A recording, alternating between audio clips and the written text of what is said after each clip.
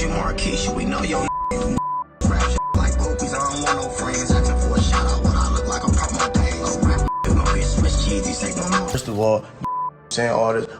Oh, what about Kenny? What about YG? Not independent. I'm not finna be going out there doing no rap diss and cause like, if it's smoke, it's really smoke with us. We ain't playing, you know? All that rap beef and all that we not rap beefing, we really beefing. The homies gonna get you. It wasn't smart, man. I mean, I get it because that was an old Crip way of dissing Inglewood back in the day. You know what I mean? Because Inglewood is mainly a blood city. He got it from people before his time. Yeah, that wasn't nothing new. But I think his mistake was underestimating, you know, the people he was beefing with. Drakeo the ruler probably didn't think much about the consequences of his actions when he decided to diss people left and right, and rumor has it that Keenan Daquan Jackson, aka YG, might have had something to do with those consequences. Here's the thing, Drakeo had beef with a lot of people, including YG, even after YG allegedly warned him not to. YG had even gone on a podcast to throw out what many saw as a subtle warning. I'm not finna be going out there doing no rap diss and It's like, if it's smoke, it's really smoke with us. We ain't playing, you know? All that rap beef and all that we not rap beefing, we really beefing. The homies gonna get you. But Drakeo didn't care and went ahead with the disses anyway. Your mama named you Marquisha, we know your name. In this rap shit act like groupies. I don't want no friends asking for a shout out when I look like a promo day. Oh, rap gonna be Swiss cheesy, say no more. First of all, keep saying all this. Oh, what about Kenny? What about YG? Not independent. Not long after, Drakeo lost his life, and naturally the streets started pointing fingers at YG. One of Drakeo's affiliates even publicly accused YG of being involved in the Emder. What makes things more suspicious is YG's known ties to the Bloods, specifically the Inglewood family Bloods, another group Drakeo had beef with. Drakeo even went as far as dropping a diss track called Ingleweird to clown not just the gang but the entire city of Inglewood. I know a lot of told a nigga, y'all condone it. I just dropped 50 on a blind, he ain't see it. That track crossed a line for many, including people in the know who felt he seriously underestimated his enemies. But then I'm like, oh, bro ain't from no hood. He just went against the whole city. I would not diss a whole city, especially Inglewood. Yeah, I ain't dissing the whole city. It wasn't smart, man. I mean, I get it because that was an old Crip way of dissing Inglewood back in the day. You know what I mean? Because Inglewood is mainly a blood city. He got it from people before his time. Yeah, that wasn't nothing new. But I think his mistake was underestimating, you know, the people he was beefing with. A lot of people in the rap community think Drakeo's beef with YG, and basically the entire city of Inglewood played a major role in his death. At the end of the day, he paid the ultimate price for it. Let's break it all down. December 18th, 2021 will forever be remembered as one of the darkest days in hip-hop history. It was supposed to be a night of celebration, a historic event at the Bank of California Stadium called Once Upon a Time in LA. The lineup was insane, featuring some of the biggest names in rap like Snoop Dogg, 50 Cent, 3 6 Mafia, YG, and Drakeo the Ruler, alongside a host of other major artists. The vibe was electric. Fans from all over the country came together, packing the venue to see their favorite artists. The energy was unmatched, with thousands in attendance turning up for what was set to be an unforgettable night. But no one could have predicted how tragically the night would end. At around 8:40 p.m., chaos erupted. Paramedics were called to the scene after reports of a stabbing at Exposition Park, the area surrounding the stadium. A man had been rushed to the hospital in critical condition. As news spread, the hip-hop community was left in shock when rumors began surfacing that the victim was none other than Drakeo the Ruler. Social media was flooded with speculation, and then as videos began to circulate, the rumors were confirmed. Clips showed the aftermath of a brutal altercation, a brawl involving multiple people. The most chilling video, though, showed Drakeo lying unresponsive on the ground, blood pooling around him. Paramedics worked frantically, performing CPR, trying desperately to revive him. The scene was eerily silent. No screaming, no crying, just a tense, heavy silence as everyone watched, holding their breath, hoping for a miracle. but it wasn't to be. Hours later, doctors at the hospital declared Drakeo dead, his injuries too severe to survive. It was looking like a good week for Daryl Caldwell, better known as LA rapper Drakeo the Ruler. But backstage on Saturday night, officials say he was stabbed in his neck while surrounded by a group and died of his injuries. The hip-hop world was devastated. This was yet another crushing loss, coming just days after Compton rapper Slim 400 was gunned down. Social media lit up with tributes from fans, artists, and even the concert organizer Snoop Dogg, who expressed his condolences and heartbreak over the tragedy. Drake also paid his respects online, reflecting on their past collaborations and the loss of yet another rising star in the rap game. The concert, understandably, was shut down just after 10 p.m., with police swarming the venue to investigate. Fans were left in shock, grappling with the senselessness of it all. Who was behind the attack? What had led to this brutal stabbing at a concert meant to bring people together?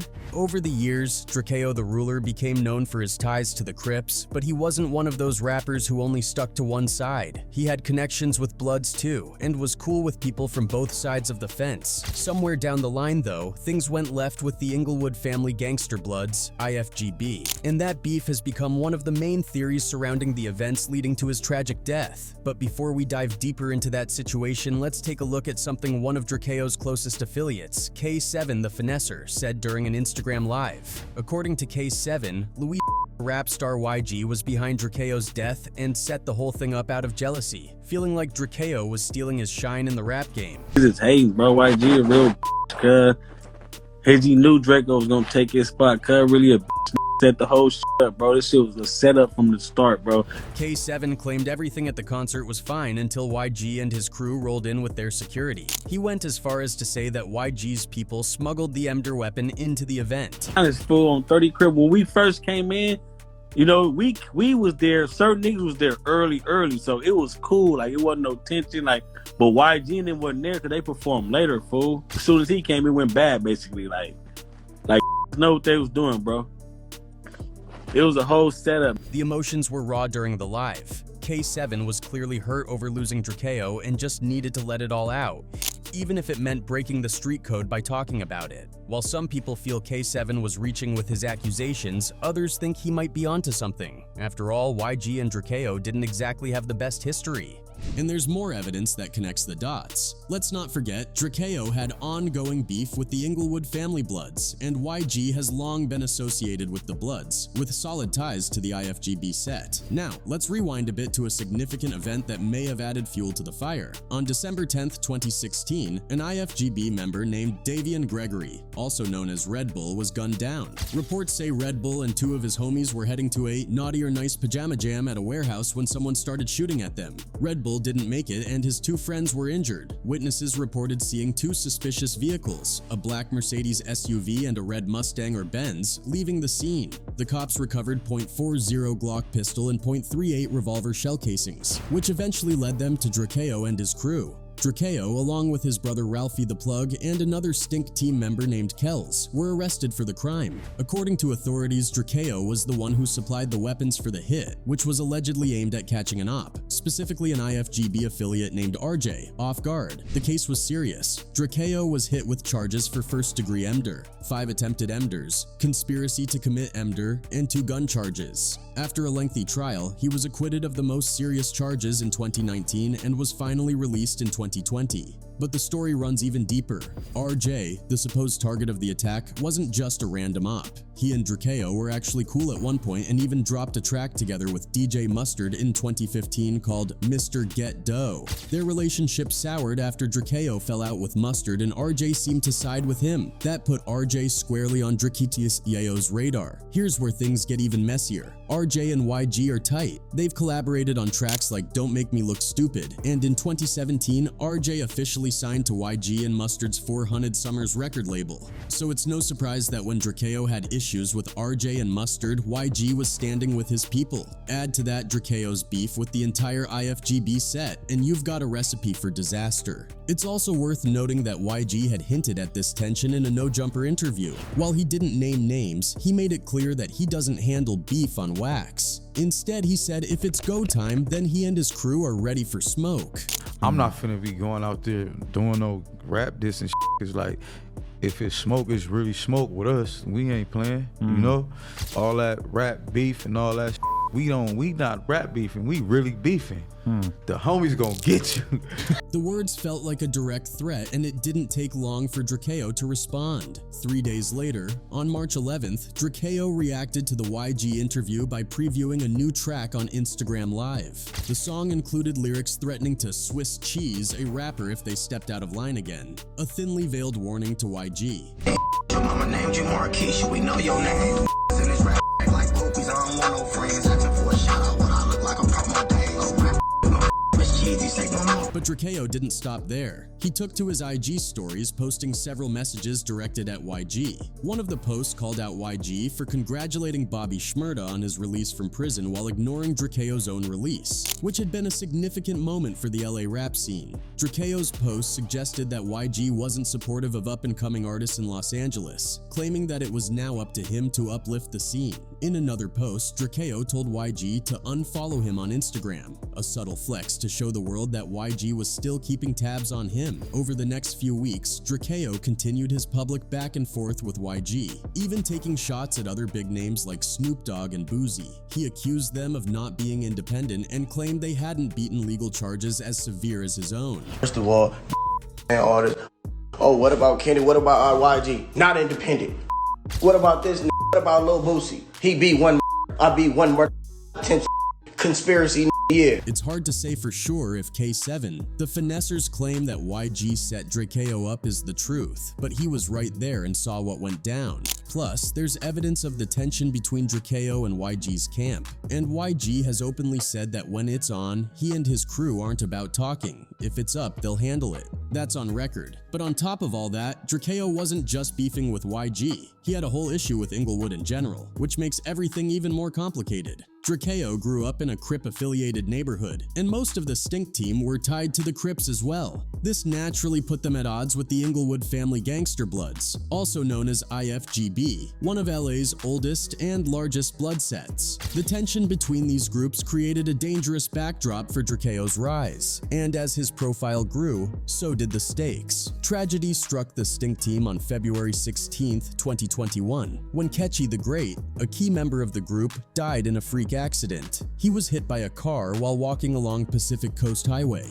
After a deadly crash there, a person was fatally struck by a vehicle in the area of PCH and Porto Marina Way shortly before 11 o'clock last night. The news devastated Drakeo, who took to Twitter to mourn his friend and collaborator. Other prominent figures in hip-hop media also expressed their condolences, acknowledging the loss of one of LA's most promising artists. However, it wasn't long before the internet started spinning rumors, as it often does. Speculation began circulating that Ketchy's death might be tied to the ongoing beef between the Stink team and IFGB.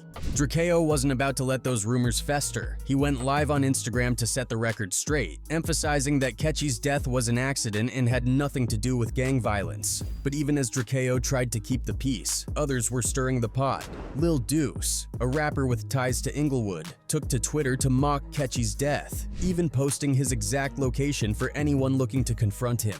This blatant disrespect lit a fire under Drakeo. He clapped back on social media, hurling slurs at anyone dissing Ketchy and warning that anyone affiliated with Inglewood, whether they were from LA or not, was now a target for the Stink team. And with niggas I don't give a where you from. I don't give a if you're from Alaska. None of that shit. You getting chipped. Despite the devastating loss of Ketchy the Great, Drakeo the Ruler didn't let the grief slow him down. In February 2021, he had one of the biggest rollouts of his career with the release of his Truth Hurts mixtape, which included a major collaboration with Drake. It was a huge milestone for Drakeo, solidifying his place as one of the most unique voices in West Coast rap. However, while his career was on the upswing, tensions in the streets were heating up. But despite the growing tension, Drakeo stayed focused on his music. On May 13, 2021, he was seen hanging out with Drake following the success of their collaboration. motivation, which was a major highlight for the Stink Team leader. But the positivity didn't last long. By the end of May, things took a darker turn when an Inglewood blood known as Baby Capone sparked outrage across Los Angeles. Capone defaced a mural of Nipsey Hussle outside the Marathon clothing store where Nipsey had tragically lost his life. He tagged IFGB and his own name over Nipsey's face, an act of blatant disrespect that shocked the city. You gotta come really, you see that? You gotta come really do that to me. You can't write that on the wall. Capone. Nipsey was a beloved figure in LA, and this act of vandalism crossed a line for many. Adding fuel to the fire, Capone went live on Instagram with another blood, Indian Red Boy, laughing about the incident and dissing other hoods. The backlash was immediate. Drakeo would speak out against Baby Capone and the entire IFGB crew. On June 1st, Drakeo went live on Instagram, taunting his Inglewood rivals and claiming they didn't last long in the streets. He pinned a comment during the live asking, "Who wants to fight Drakeo from Inglewood?" and bragged about his track record in jailhouse fights. He claimed that the Stink Team had beaten up Inglewood members in prison, calling out specific individuals like Red Bull.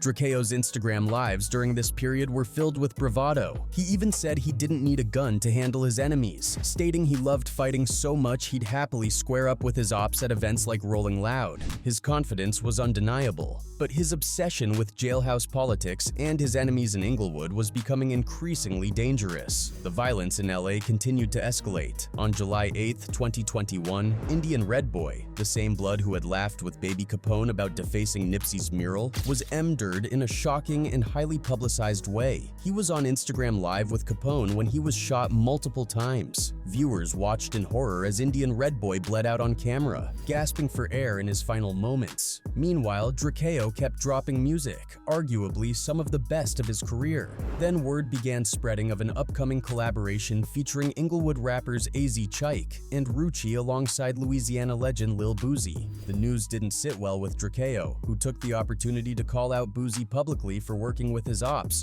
Drakeo didn't hold back, saying that Boozy had been picking the wrong people to collaborate with and that he'd lost all respect for him. To be fair, Drakeo had seemingly been throwing shots at Boozy ever since he got out of jail. One of his first songs post-release was titled Lil Boozy, where he boasted about his legal charges being more serious than Boozy's infamous Emder charges. The tension boiled over when AZ Chike responded to Drakeo's comments, accusing him of trying to blackball him in the rap game. Chike added that Boozy didn't care about Drakeo's opinion, a sentiment Boozy himself later echoed during an interview with DJ Vlad. Boozy made it clear that Drakeo's beefs had nothing to do with him and wouldn't influence who he chose to work with.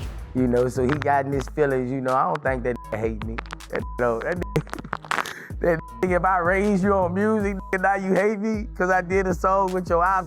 Don't go like that, bro. But if Drakeo was upset about Boozy working with his enemies, it was nothing compared to what he was about to unleash on the LA rap scene. On August 20th, 2021, Drakeo previewed a new song on Instagram Live titled Ingleweird. The track was a direct diss aimed at the entire city of Inglewood. Fans flooded the comments, daring Drakeo to shoot the music video in Inglewood if he was really about that life. Drakeo, never one to back down, warned his enemies not to test him.